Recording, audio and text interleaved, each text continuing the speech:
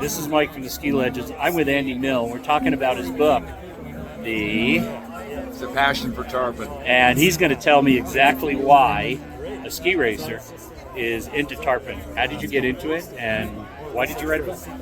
Well, I was about 40 years ago. I had a job. had a job off producing and hosting fishing shows. Oh. And I was to tell you the truth, my life after racing was pretty boring for me. Right. I had a great life. I was the director of skiing in Aspen for 7 years. I was doing broadcast stuff. I had a bunch of sponsors. I had a ski show, Ski with Andy Mill.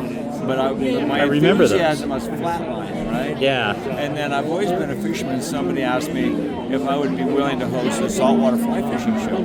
Okay. And now I said, go to the restaurant? Hell yeah, but I had no time. I said, right. But if you match what I make as a skier, yeah, and give me a 5-year contract, I'll quit the my whole ski career. I'll change careers. Okay. And that was 40 years ago, you said?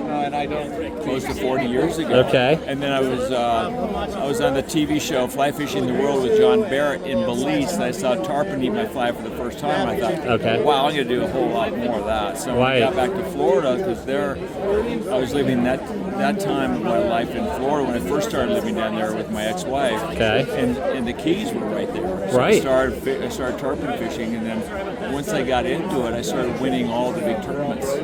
Right. So my life as a fisherman is much more profound than my life as a skier. Right. I won everything in the fishing. That's amazing. And I've been honored by, 3 big fishing organizations.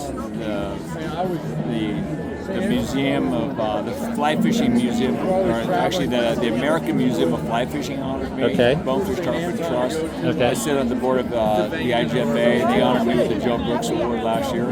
So my whole life, the last 4 years, became fishing. Yeah. And so this publisher begged me for 3 years to write this book. And so I ended up finally writing this book, and I said, but it's got to be written on my terms. I'll write it, but it'll be done when I'm done. It took me 5 years, and I wrote this book. Okay. It's called Passion for Tarpon. Passion for Tarpon. But it's not just a fishing book, because we have a biology chapter, a history chapter of the fish, who caught these fish. And then I interviewed all these iconic fishermen who innovated the game. Okay. And then I gave my 5 chapters of my methodology, how I won all these tournaments. Okay. And it's still one of the best sellers. Where's your favorite place to fish for tarpon?